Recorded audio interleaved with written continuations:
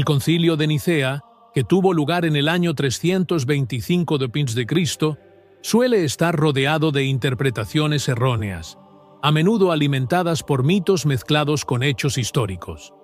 Este evento crucial en la historia del cristianismo ha sido asociado con varias narrativas inexactas, que van desde la selección de los libros de la Biblia hasta la supuesta creación de la doctrina de la Trinidad. Para comprender lo que realmente ocurrió, es esencial separar las interpretaciones erróneas de la evidencia documentada. Una de las ideas más comunes e incorrectas es que el Concilio de Nicea oficializó el cristianismo como religión del Imperio Romano. Esta confusión a menudo surge de una mala interpretación del papel del emperador Constantino y de los acontecimientos que precedieron y siguieron al concilio. De hecho, el cristianismo fue legalizado por el Edicto de Milán, emitido en el año 313 d.C. por Constantino y Licinio. Este edicto garantizaba la libertad religiosa a los cristianos, permitiéndoles practicar su fe sin persecución, pero no concedía al cristianismo el estatus de religión oficial del imperio. El momento en que el cristianismo se convirtió en religión oficial llegó mucho más tarde, en el año 380 d.C., bajo el gobierno del emperador Teodosio I.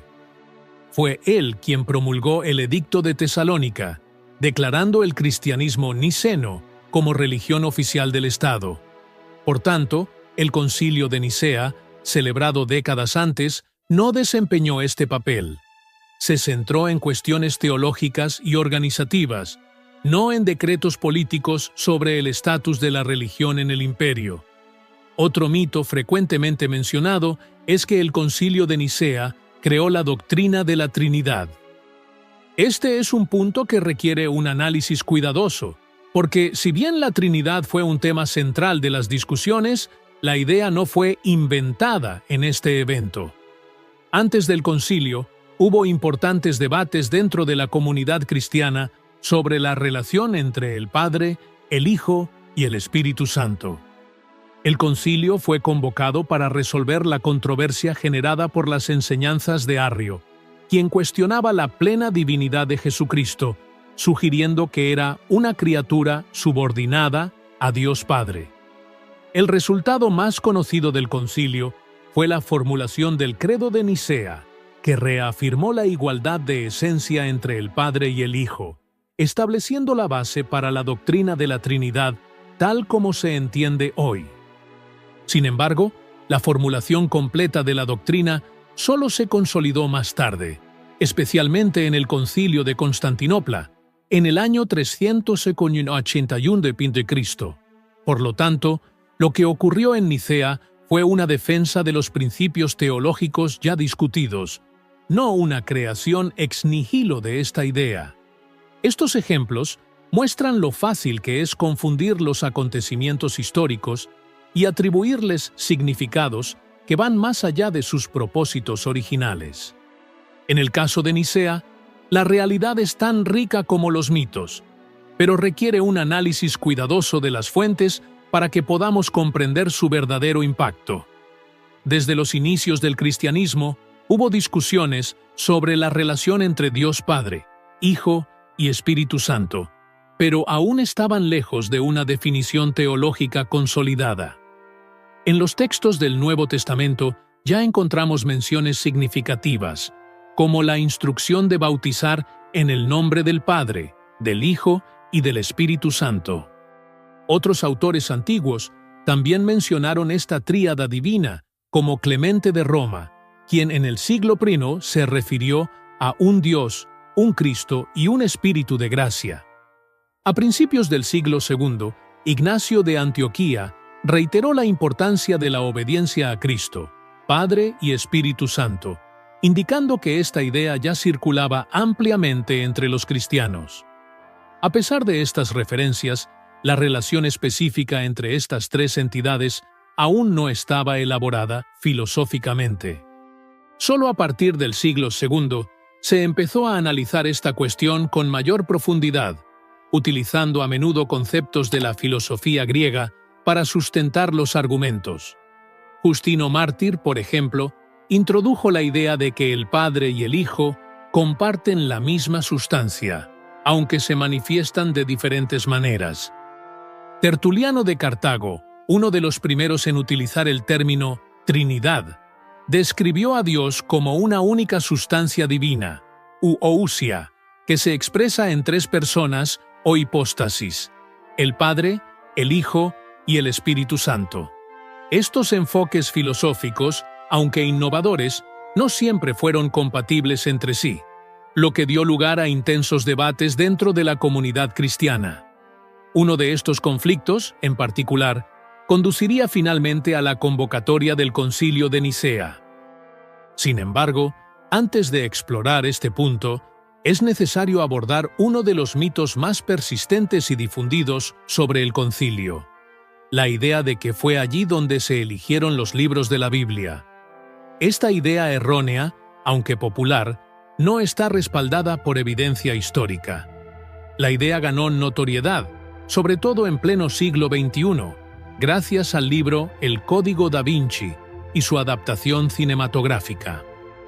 La película presenta una visión ficticia del Concilio de Nicea, sugiriendo que los libros sagrados fueron debatidos y elegidos en ese evento. Sin embargo, los registros históricos muestran que esta afirmación es completamente errónea.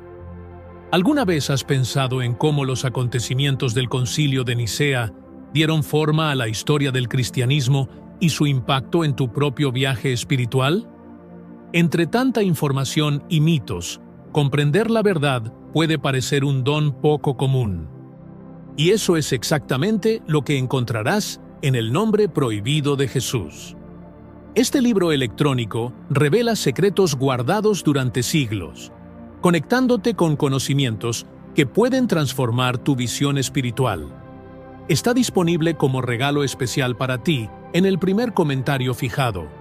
No dejes de aprovechar esta oportunidad única para descubrir lo que ha estado oculto durante tanto tiempo. Los documentos del Concilio de Nicea y las citas de participantes, como Eusebio de Cesarea, Atanasio de Alejandría y Eustacio de Antioquía, no mencionan ningún debate o decisión sobre los libros de la Biblia. De hecho, lo que estos registros revelan son discusiones sobre la naturaleza divina de Jesús, la fecha de celebración de la Pascua e incluso temas curiosos, como la castración voluntaria y las normas de conducta del clero. Sin embargo, no hay indicios de que la definición del canon bíblico fuera un tema en el concilio. Esta tarea, en realidad, comenzó mucho antes del acontecimiento y solo se completó siglos después. Resulta que en los primeros siglos del cristianismo se escribieron profusión de textos en torno a la figura de Jesús, abordando su vida, enseñanzas y significado espiritual. Entre estos textos, algunos comenzaron a ser ampliamente reconocidos y adoptados como referencias sagradas por las comunidades cristianas. Esta aceptación, sin embargo, no se produjo de forma homogénea ni inmediata. A finales del siglo II ya existía una clara división entre dos grandes conjuntos de textos considerados sagrados: el Antiguo Testamento, de origen judío, y el Nuevo Testamento, específicamente cristiano. Aún así, las listas exactas de libros que componían estas colecciones variaban.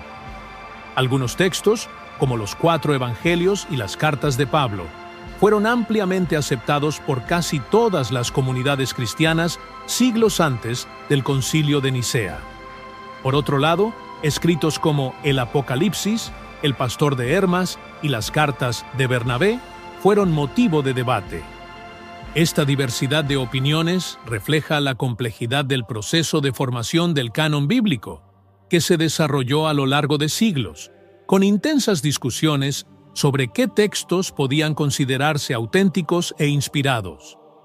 Eusebio de Cesarea, que participó en el Concilio de Nicea, ofrece una visión de la situación en aquel momento. En el año 331 después de Cristo, a petición del emperador Constantino, se le encomendó la tarea de producir 50 Biblias en griego para las iglesias recién construidas en Constantinopla.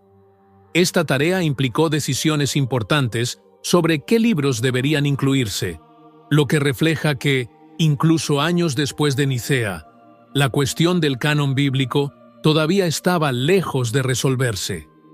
En su libro Historia Eclesiástica, Eusebio menciona que libros como la segunda y tercera cartas de Juan, el Apocalipsis de Juan, el Apocalipsis de Pedro y otros aún generaban controversia. No sabemos exactamente qué textos incluyó Eusebio en estas 50 Biblias, pero es significativo que no mencione el Concilio de Nicea como referencia para guiar su selección. Esto refuerza la idea de que el concilio, celebrado en el año 325 d.C., y Prite, no tuvo relación directa con la definición del canon bíblico.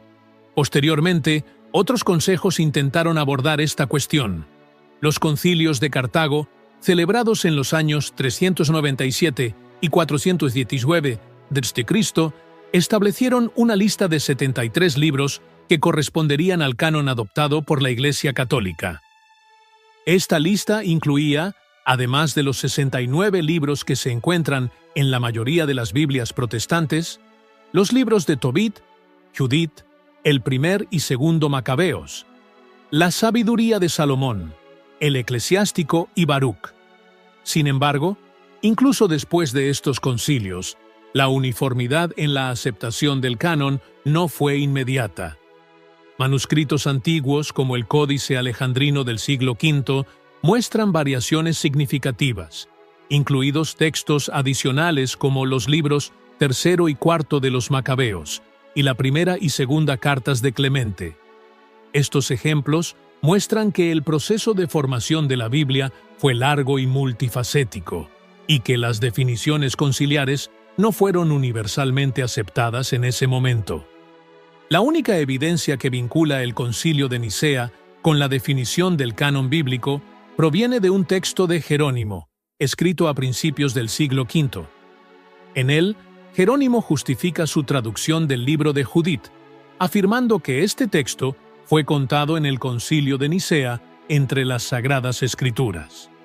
Sin embargo, como Jerónimo nació después del concilio y escribió en un contexto posterior, cuando otros concilios ya habían abordado el tema, es probable que hubo un error o confusión de su parte, posiblemente confundiendo Nicea con Cartago.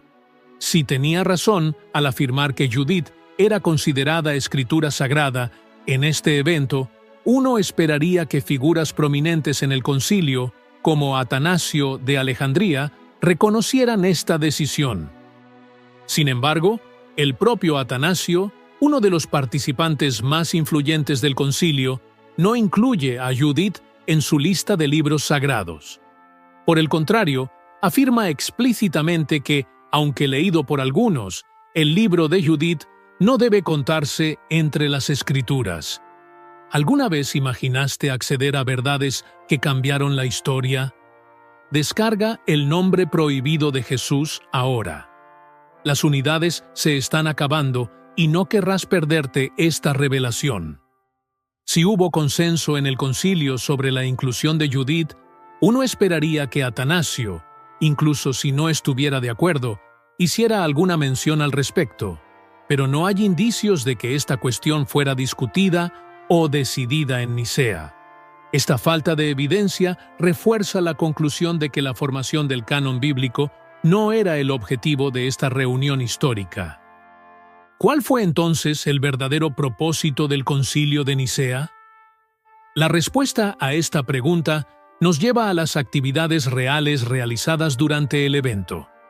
En general, las deliberaciones del Consejo se pueden dividir en tres áreas principales: dos cuestiones secundarias y una cuestión central. El primer tema secundario abordado en el concilio fue la definición de un método uniforme para calcular la fecha de Pascua. En aquel momento, no había consenso entre las comunidades cristianas sobre cuándo celebrar esta importante fiesta. Algunos seguirían el calendario judío, mientras que otros utilizarían sus propios cálculos, como las iglesias de Roma y Alejandría. Esta disparidad significó que la Pascua se celebrara en días diferentes en varias regiones del Imperio Romano. El Concilio de Nicea buscó resolver esta falta de uniformidad, determinando que el cálculo de la fecha de Pascua debía ser independiente del calendario judío. La decisión tenía como objetivo armonizar la práctica cristiana en todo el imperio. Sin embargo, el concilio no definió criterios exactos para estos cálculos, pero dejó claro que las iglesias deberían trabajar juntas para establecer una fecha consensuada para la celebración. Este esfuerzo simbolizó la búsqueda de la unidad dentro de la fe cristiana. Otro tema secundario abordado en el concilio fue la creación de normas internas para regular la vida y conducta del clero, conocidas como cánones. Estas normas tenían como objetivo estandarizar prácticas y evitar conductas consideradas inapropiadas. Por ejemplo, se determinó que los miembros del clero solo podían vivir con mujeres que fueran sus esposas o parientes cercanos, como madre, tía o hermana. Además, el primer canon establecía que los clérigos que hubieran sido castrados involuntariamente podrían permanecer en sus cargos, pero aquellos que se castraran voluntariamente serían removidos del ministerio. Otros cánones abordaban cuestiones como la usura, prohibiendo a los clérigos cobrar intereses exorbitantes o realizar transacciones financieras deshonestas. El 20º canon, a su vez, regulaba incluso la postura durante las oraciones en determinados días santos, estipulando que todos debían rezar de pie el Día del Señor y Pentecostés, reforzando la idea de uniformidad en las prácticas religiosas. Bueno, en el centro de las discusiones del Concilio de Nicea hubo una controversia teológica que marcó profundamente la historia del cristianismo, el arrianismo.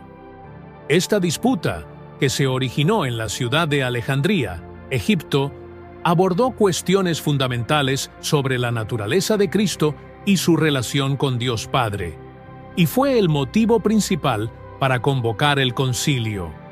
La controversia comenzó con el presbítero Arius de Alejandría, quien argumentó que el Hijo, la segunda persona de la Trinidad, no era ni eterno ni de la misma sustancia que el Padre.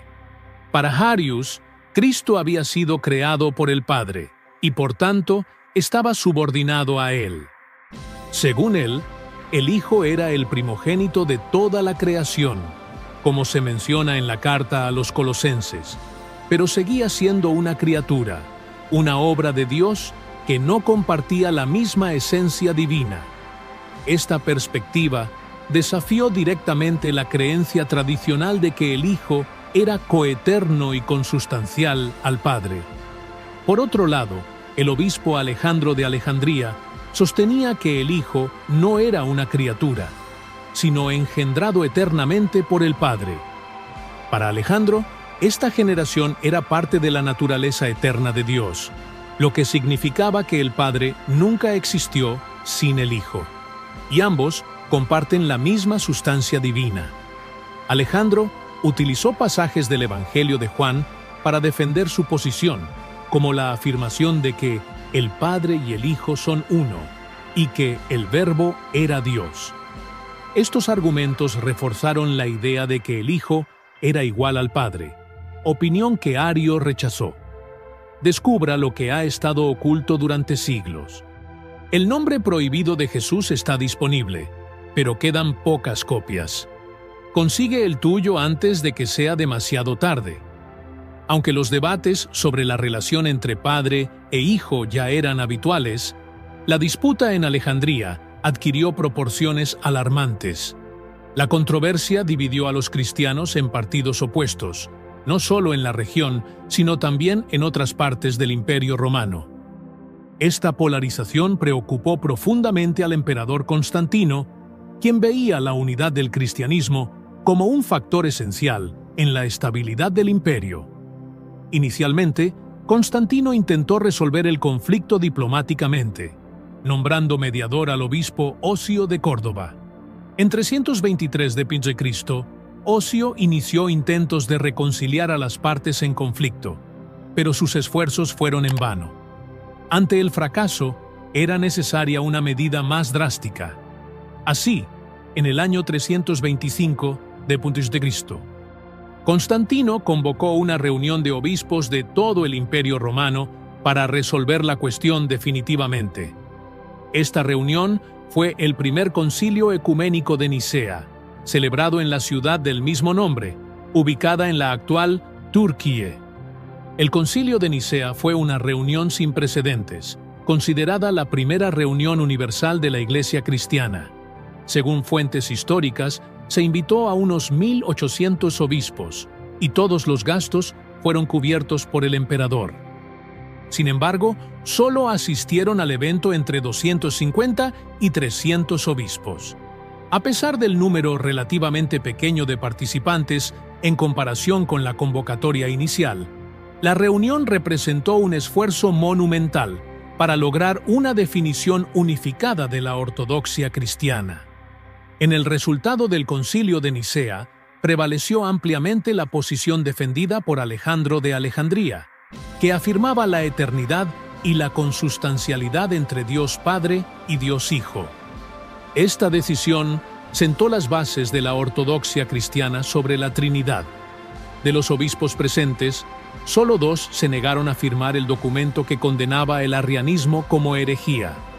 Ellos, junto con Arius, fueron excomulgados por la Iglesia y exiliados por orden del emperador Constantino, lo que marcó el final oficial de la controversia dentro de ese contexto. El principal resultado del concilio fue la formulación del Credo de Nicea, una declaración de fe que consolidó la posición adoptada. El texto es explícito al rechazar la perspectiva arriana, afirmando, es decir, de la sustancia del Padre, Dios de Dios, luz de luz, Dios verdadero de Dios verdadero, engendrado, no hecho, consustancial al Padre.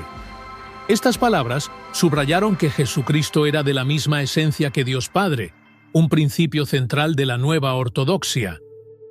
Además, el credo condenaba explícitamente cualquier afirmación de que Cristo fue creado de lo que no existía, de una sustancia distinta del Padre, o que estaba sujeto a cambio o transformación.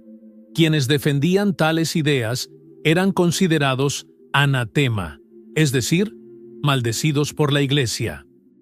La centralidad de esta declaración muestra que el principal objetivo del Concilio de Nicea fue aclarar y afirmar la consustancialidad y coeternidad del Padre y del Hijo, poniendo fin a uno de los mayores conflictos teológicos de la época. Esta definición marcó un hito en la historia del cristianismo, ya que consolidó una interpretación específica de la divinidad de Cristo que daría forma a la doctrina de la Iglesia durante los siglos venideros.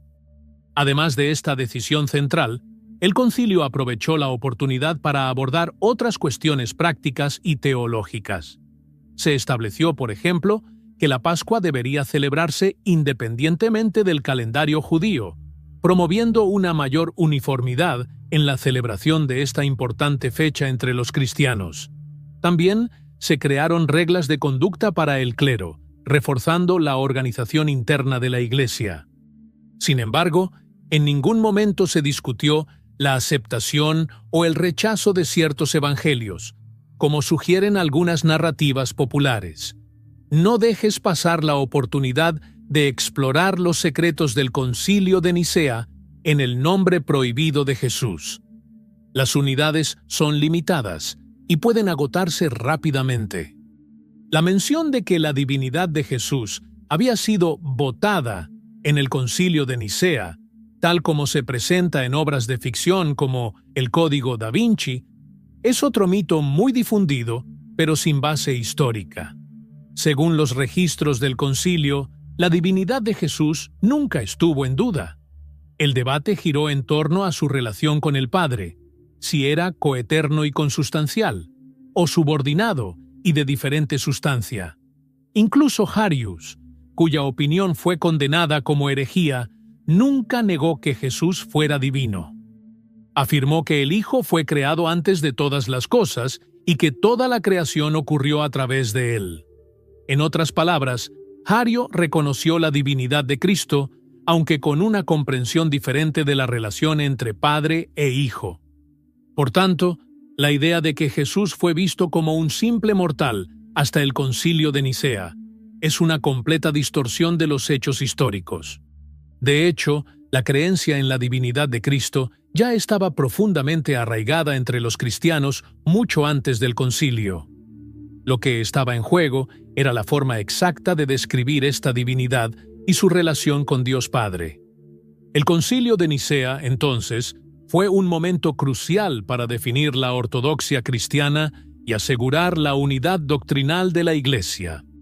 A pesar de esto, muchos otros aspectos históricos, como el papel de Constantino, el triunfo del cristianismo en el Imperio Romano y la formación del canon bíblico, aún merecen una discusión en profundidad. Estos temas, sin embargo, son temas a explorar en otras ocasiones. Si disfrutó del contenido y desea apoyar nuestro trabajo para que podamos continuar brindando